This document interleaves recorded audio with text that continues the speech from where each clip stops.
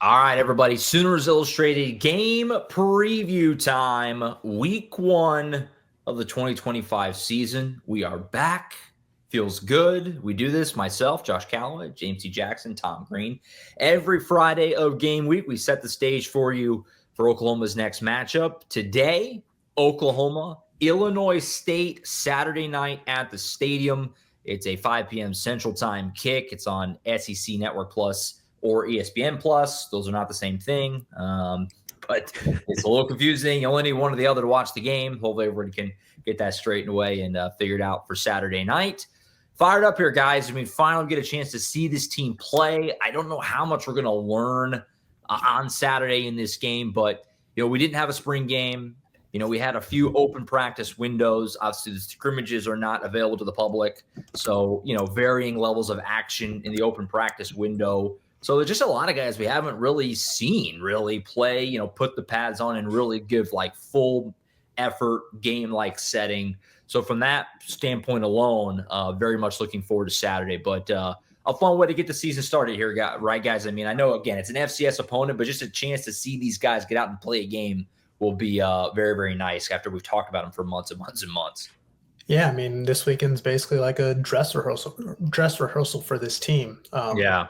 I don't think there's any concern that they're going to lose to Illinois State, even though Illinois State is a quality FCS team. They're heading into the season ranked number 6 in the FCS. But you look at their last 2 games against FBS opponents, they were shut out against Iowa and Wisconsin. Sure.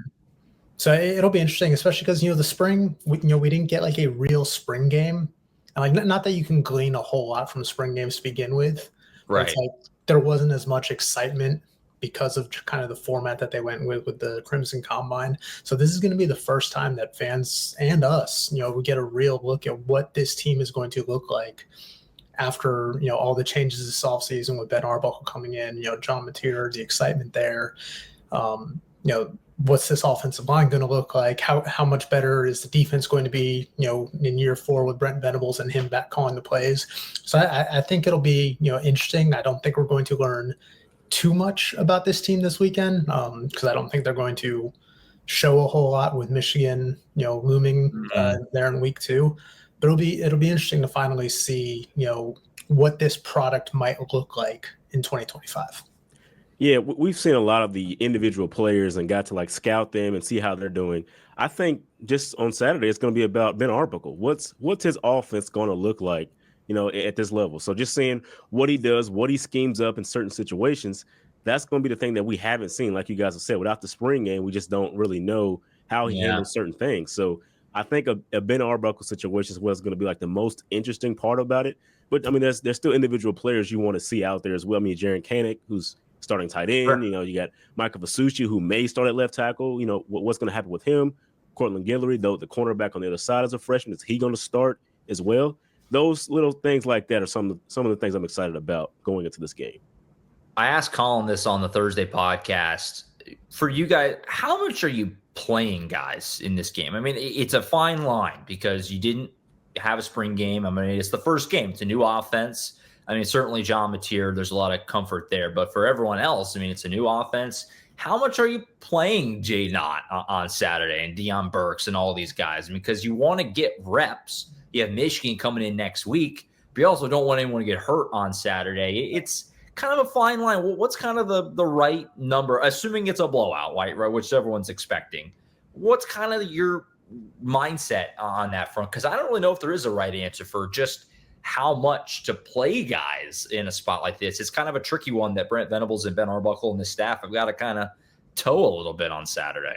Yeah, I mean, I don't think anybody expects them to play a full game with their starters. Yeah. In an ideal situation, I think that their starters, their best players play one half of football. And then you come out in the second half, maybe you give them one drive. But even then, I don't think there's going to be an emphasis on, trying to execute the offense at the highest level coming out of halftime. You're probably just, getting in there and be like, okay, let's run this clock down. But yeah, no, I would expect most of them to play the first half and maybe an opening drive of the second half. Yeah. But other than that, I mean, you're keeping guys, in bubble wrap before that Michigan game, especially a guy like Jay Knott, who, he comes into this game 3rd on the depth chart. I think we all still kind of expect him to be the lead back this season. But I would expect maybe a handful of carries for him, maybe 10, as they rotate guys like Javonte Barnes and Torrey Blaylock and Xavier Robinson in there, and get everybody's feet wet heading into that Michigan game. But then, keep your big guns for when it matters the most. Yeah, I think I'm agreeing with that. I think it's about a half. You'll see most of the team out there. I'm curious to see what they're gonna do. Like, just are they gonna be vanilla about this offense? Because you also don't want to show too much to Michigan as well. Like, put that on tape. So like, you wouldn't want them out there a long time, obviously, because of that. And so maybe that changes things for them. Maybe the offense is on a little bit longer just to get them in rhythm, in a groove with running that offense. So I think that's a half and a drive is probably best for the team overall, but I wouldn't see it going to 3 quarters or something like that. I think that would be too much. Yeah, I agree. I think probably second half's going to be probably the Michael Hawkins show, maybe a little Whit Neubauer, maybe get a lot of these young guys into the game, young receivers, things like that. But I'm with you. I do think it'll probably be pretty vanilla. I mean, just kind of getting to know Brent Venables the last few years. I think even defense will be pretty basic on Saturday. I think that's been part of probably with the depth chart. They're doing everything they can not tip their hand in the slightest going into Michigan. Even Brent Venables. Any update on Eli Bowen? No. They're given as little as they possibly can get by with before Michigan comes in here next weekend. So that's probably a pretty fair expectation. So, go ahead. I was going to say, do you think we get Michael Hawkins in the second half when the starters come out, or do you think they want to try to preserve that red shirt and not get him in there against an FCS team and maybe save him when you actually need him? Yeah, that's what I think. I think Witten, and he's had a couple of good throws on the social media posts as well. Yes. Maybe he's going to be out there for the second string because you want to give Hawkins another year. I think that would be the best situation. Don't bring him in unless you absolutely have to. Yeah, I think that might be the most interesting thing that we might learn from the opener is are they going to play Michael Hawkins whenever they get the opportunity to, or are they going to be more strategic about it and maybe preserve his red shirt if that opportunity presents itself? Yeah. Yeah, it's a good question. I think probably, since he's going to have a chance, you'd assume, to have an extended runway, I would think probably, because you can give him a whole quarter, a whole half if you really want it, probably. So I think probably, but it is a fair question. Do you just kind of reserve those 4 games for if you need them? But I think later in the year, I can't see him coming in just for a drive at the end. This is a spot where he could play for a while, get several drives, might be worth it. But it is definitely a fair question. I do think we'll see Whit Neubauer though on some capacity. And it's interesting because you just look at kind of how they've operated since Brent's been here. Is in 2023, the plan was to redshirt Jackson until they didn't. Yeah, they didn't leave themselves any buffer. And then Gabriel gets hurt, and then there you go. They also wasted him on a couple goal line runs there. That kind of. But that brings up that Arkansas State game where they scored 70 points. They had a couple of quarterbacks go out there. I think it was 3 or 4, wasn't it? They all kind of got in there and probably got some reps. I know somebody got hurt, so that changed things. But yeah, Xavier Robinson last year, same thing. Kind of, they haven't really handled those situations well in the past. So it is interesting to see how they kind of try to dance around that. Because I would have to think you want a redshirt this year if you can. But we'll find out. This is also a spot to get the young guys out there. So it's towing the line kind of all around how they kind of manage those aspects of the game will be definitely interesting on Saturday. So without further ado, let's get into our keys to the game on Saturday. What does Oklahoma need to do? Obviously not to win the game necessarily because, Oklahoma's a huge favorite here. It's an FCS opponent. We're all expecting Oklahoma to win, obviously soundly. But what are you wanting Oklahoma to accomplish in this game? What's the key for you, Tom? You can get it started.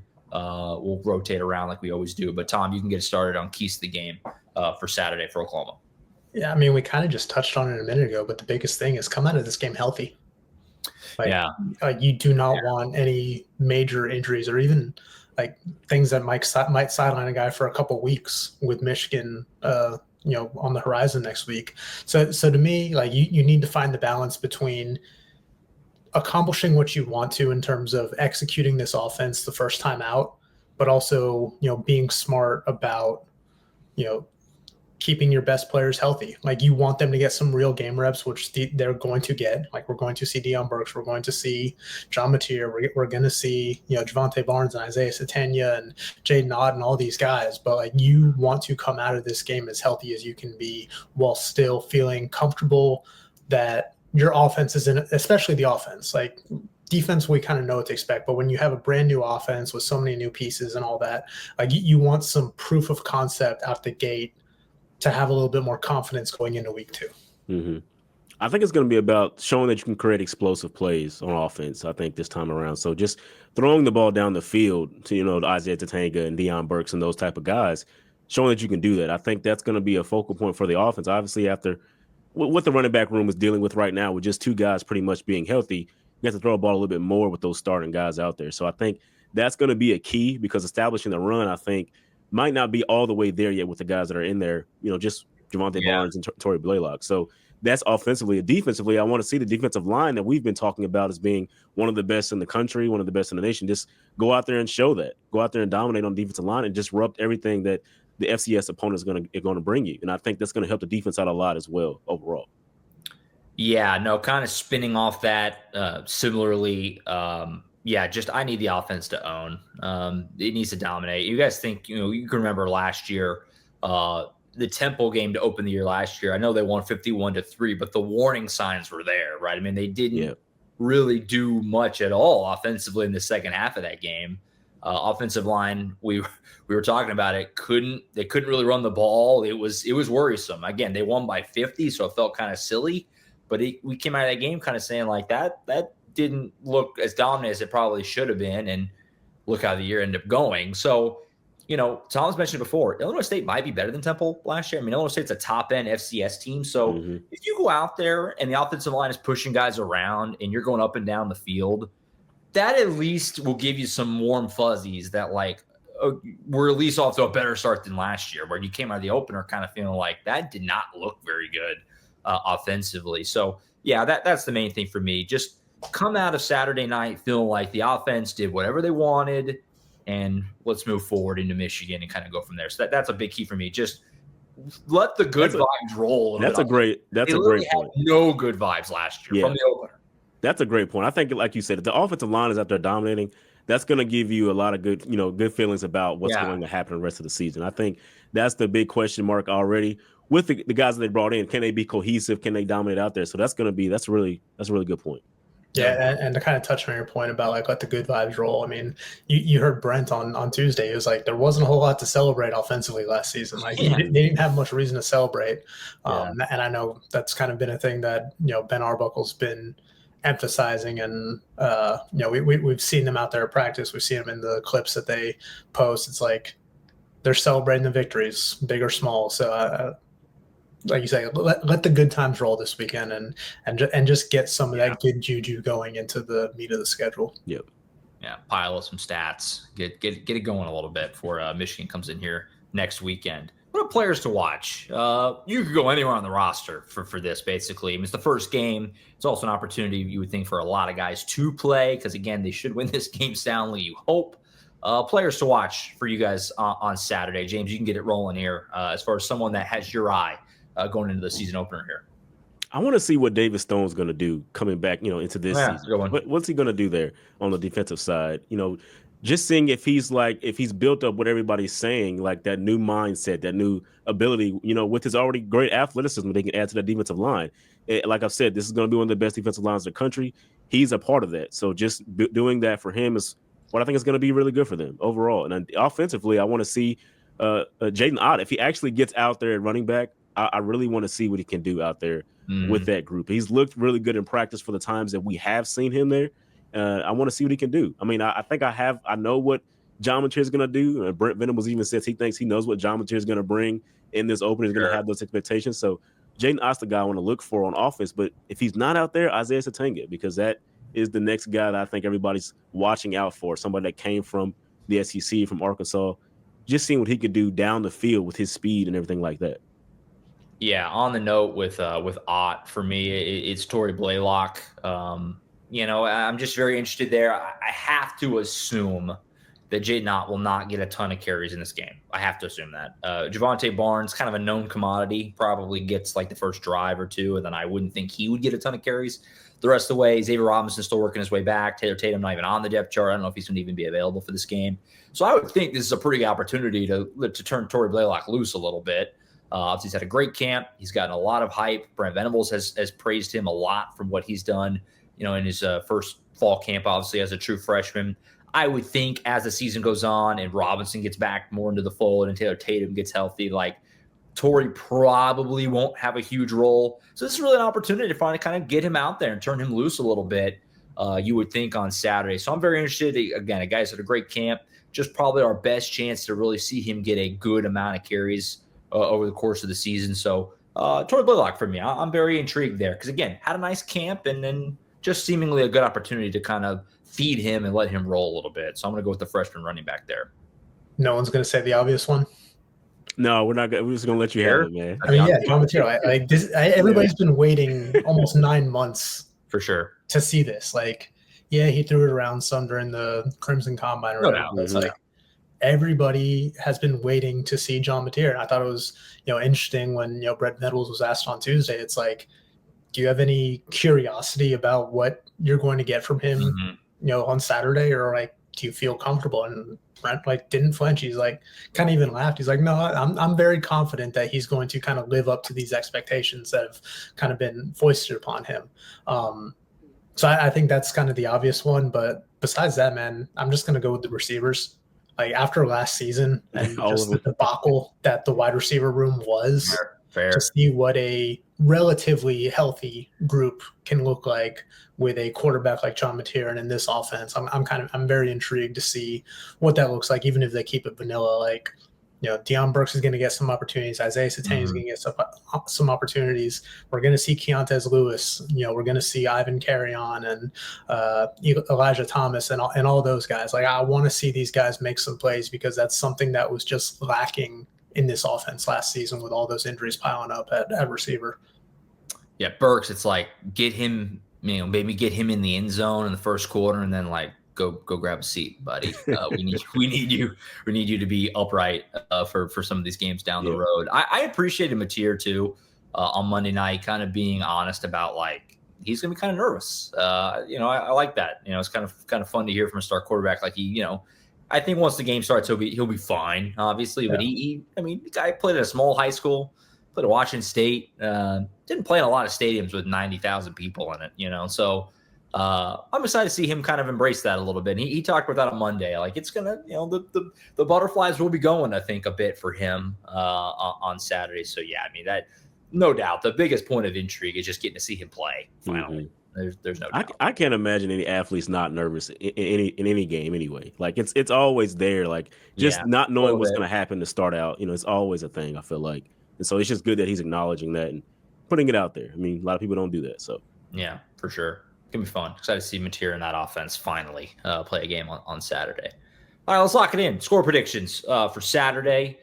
Colin Kennedy had 49-3 Oklahoma on the Thursday podcast. Oklahoma at current check, I always do it. 35.5 points. What'd you say? 35.5. I have 37.5. Open to 35.5. CBS Sports app, 37.5. What I'm going off of. Open to 35. They have it 37 right now. Total at 61.5. I got Oklahoma obviously winning by a lot here. I do think this is a spot where Oklahoma is going to come in and not make a statement. That's silly. It's an FCS opponent. There's only so much of a statement you can make. But I think going to come in and try to kind of what I was saying earlier, get the good vibes rolling a little bit. I'm going to go 59-3. I think they're going to dominate this game completely. Offense is going to have some big plays. Mateer's going to run around and make some things happen. I think it'll be 45-0 at halftime type of situation where then they'll pull some guys out. It'll slow down a little bit in the second half. I do think defensively it'll be great. They're going to dominate. I think they're going to take some pride in not wanting to give up a touchdown. I'll give Illinois State the benefit of the doubt of getting down the field to kick a field goal at some point in this game. But give me Oklahoma really big, 59-3, complete domination for the Sooners to get this thing rolling on Saturday night. Yeah, you and I are very close to the same boat. I went with 55-3. Okay, yeah, right in the same ballpark. Yeah. So the difference is you have them scoring one more touchdown, where I have them kicking 2 field goals instead. Yeah. You have 1 field goal, I have 2. So I do think they do want to see, Tate Sendell and Austin Welch actually go out there and do it in the game. Even if it's just a chip shot here or there. But yeah, I mean, I mentioned it at the start. I mean, I think Illinois State's last 2 games against Power 4 opponents, they were shut out. Illinois State's probably a little bit better this year than they were last year, or in I think it was 2022 when they played Wisconsin. Mm-hmm. So I'm going to give them the benefit of the doubt that I think they'll get in scoring range. But like you said, I think this defense is going to take a lot of pride in just not letting them get into the end zone, make them settle for a field goal down there. Just because, again, like year 4 of this defense, there's better depth. So even when the starters or second unit guys aren't in there, you still have real quality players that have a lot of pride in just trying to lock things down. So, 55-3 is what I'm going with. Mm-hmm. I like Colin's pick, man. I think 49-3 is a good mark. The overall, this offense, I think, is gonna go really, really fast, really hard in the first half, like you guys said, and then slow down here pretty much throughout the second half. I mean, the defense is going to be really good, I think, overall, despite who they put in the game. And they've consistently shown that they don't let the season openers, let a team score. You look at Arkansas State, you look at Temple last year. Like there's always that case where they're all trying to like just not let anybody score, taking that pride in that situation. So I think 49-3 is a good mark for them. 100%. Should be fun. Excited to see this team play finally. And we'll all be there on Saturday night. Again, wall-to-wall coverage at Sooners Illustrated, Oakland.247sports.com all day. There's a ton there today, Friday, as well as obviously all day Saturday. And then post-game on the YouTube channel, Brent Venables, Ben Arbuckle, John Mateer, a bunch of other players, our instant reaction that we'll shoot on the field right after the game. It'll all be on the YouTube channel Saturday night. We're all going to be there at the stadium. Blake and Koviak also going to join us at the stadium too. So we're going to be 4 wide on Saturday. Pumped to get it going. Finally can see this team play, and we'll do it. It's going to be fun. So that's it for now. We'll see you on Saturday night in Norman. For Tom Green, James D. Jackson, I'm Josh Callaway. See you next time right back here as always on Sooners Illustrated. It's time.